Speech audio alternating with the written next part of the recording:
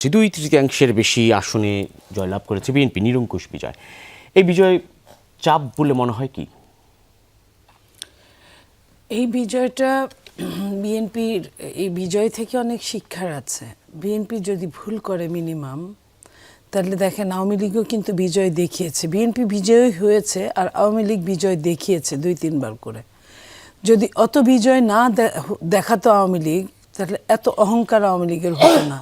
এত অহংকার না হলে এত বড় স্বৈরাচার হতো না, কিংবা এত বড় হায়ানা হতো না, কিংবা এত বড় আপনার ফ্যাসিস্ট হতো না। তো বিএনপির এই সময়টা আমি বলবো যে চরমভাবে ধৈর্য, তিতিক্ষা এবং শিক্ষা।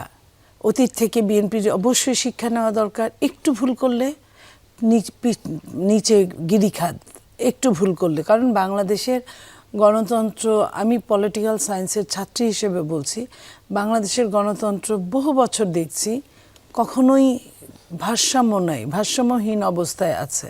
তো এই ভারসাম্যহীন অবস্থাটা একমাত্র বিএনপি পারে। বিএনপি শহীদ প্রেসিডেন্ট জিয়াউর রহমানের হাত ধরে যে গণতন্ত্রটা এসেছিল, উনি অগণতান্ত্রিক হিসেবে বাধ্য হয়েছিলেন করতে, কিন্তু উনি কিন্তু গণতন্ত্র এনে দিয়ে গিয়েছিলেন বাংলাদেশকে। উনি বহুদলীয় গণতন্ত্রের প্রবক্তা ছিলেন। উনি শেখ হাসিনাকে শেষ পর্যন্ত দেশে এনেছিলেন এবং তারপরেই কিন্তু 12-14 দিন পরেই উনি শহীদ হয়েছেন, মৃত্যুবরণ করেছেন। ষড়যন্ত্রের কিন্তু ডালপালার কোনো অভাব নাই। সো জিয়াউর রহমান এবং খালেদা জিয়ার সন্তান হিসেবে আমরা বলবো তারেক রহমান সাহেবকে, এবং আমরা বিশ্বাসও করি উনি খুব ঠান্ডা মাথায় ডিল করবেন।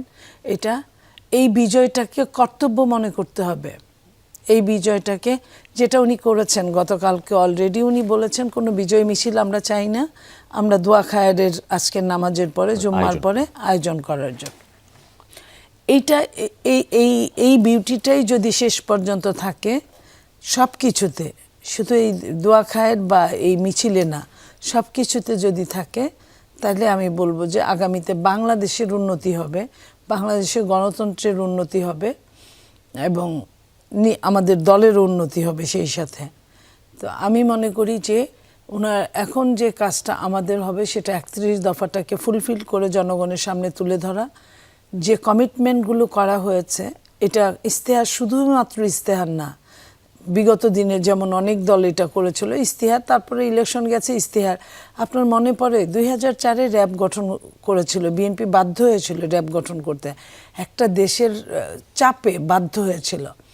সেই র্যাবটাকে নিয়েই কিন্তু বিএনপিকে 6-এ ক্ষমতা থেকে নামতে হয়েছে। এবং যে দল আওয়ামী লীগ বলেছিল আমরা ক্ষমতায় এসে এই র্যাবকে আমরা বিলুপ্ত করব, তারপরে আওয়ামী লীগ কিন্তু 3-4 বার এসেছে। হ্যাঁ, আওয়ামী লীগ কিন্তু বিলুপ্ত তো করেই নাই, বরং র্যাবকে দিয়ে যত অকারেন্স, অপব্যবহার, অপকর্মগুলো করিয়েছে, সেটা কিন্তু বাংলাদেশের জন্য ডিজাস্টার হয়েছে। তো সেইখানে আমি বলতে চাই যে বিএনপি যে কথাগুলো বলেছে, অবশ্যই বিএনপি পালন এমনিতেই করবেন, তারপরেও আমরা মনে করিয়ে দেওয়ার চেষ্টা করব। এবং আমরা বিশ্বাস করি যে এইটা করলে আগামীতে অবশ্যই গণতন্ত্র মুক্তি পাবে।